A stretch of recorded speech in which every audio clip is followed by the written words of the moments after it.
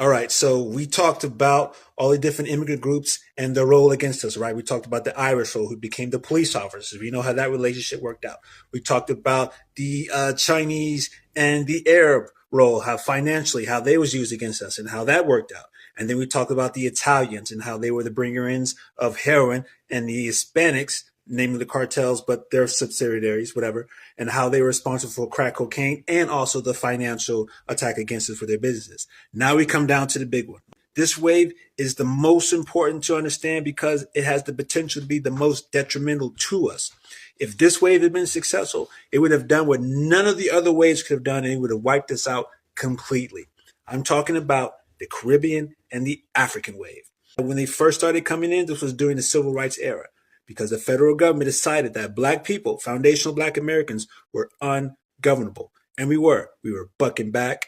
We were marching. We weren't taking it no more and stuff like that. We was letting them know that, hey, we're black and we're proud.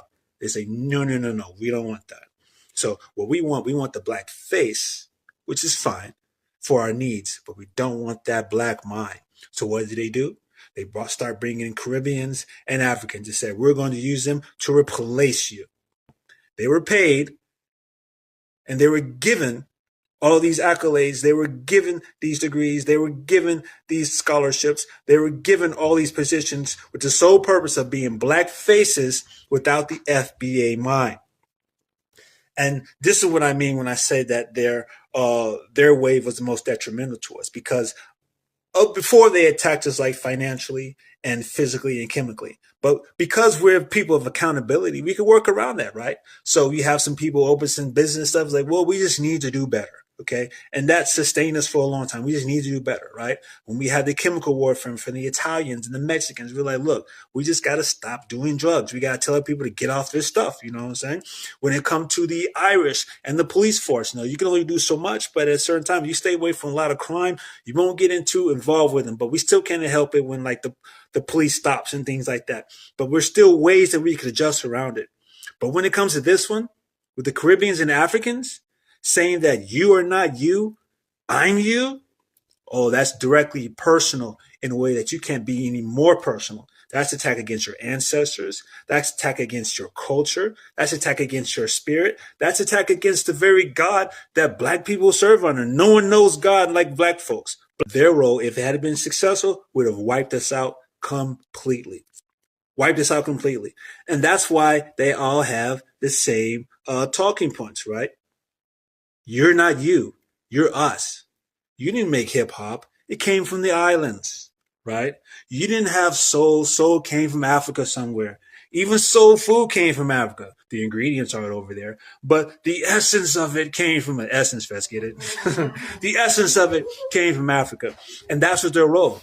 And that's why they're so concise with their messaging, of course, against us. Okay, and that's very important to know. And just like with all of the immigrant groups, once they sign this contract, their underworld is allowed to thrive.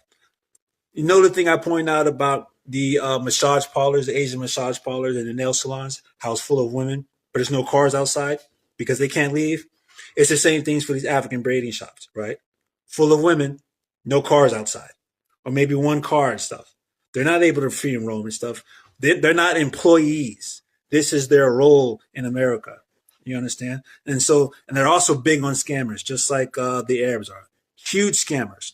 Okay. And you see it all over time, all the scamming that you do. But when we scam, we get caught, we get prosecuted. There's a woman right now in Chicago who is going to court for using her food stamps to make videos of baked goods that she ate herself, but they're still taking to court. Meanwhile, you have entire communities in Minnesota and Ohio and down in Florida who's scamming to the tune of millions and are just now kind of being held accountable to it. Millions by one single solitary black woman was dragged through court. You see how the underworld is allowed to operate? And so this is the thing with the Africans and Caribbeans, all right? Because this was the final straw. This was a spiritual attack against us. They are blatantly trying to take us out of our own story. Blatantly.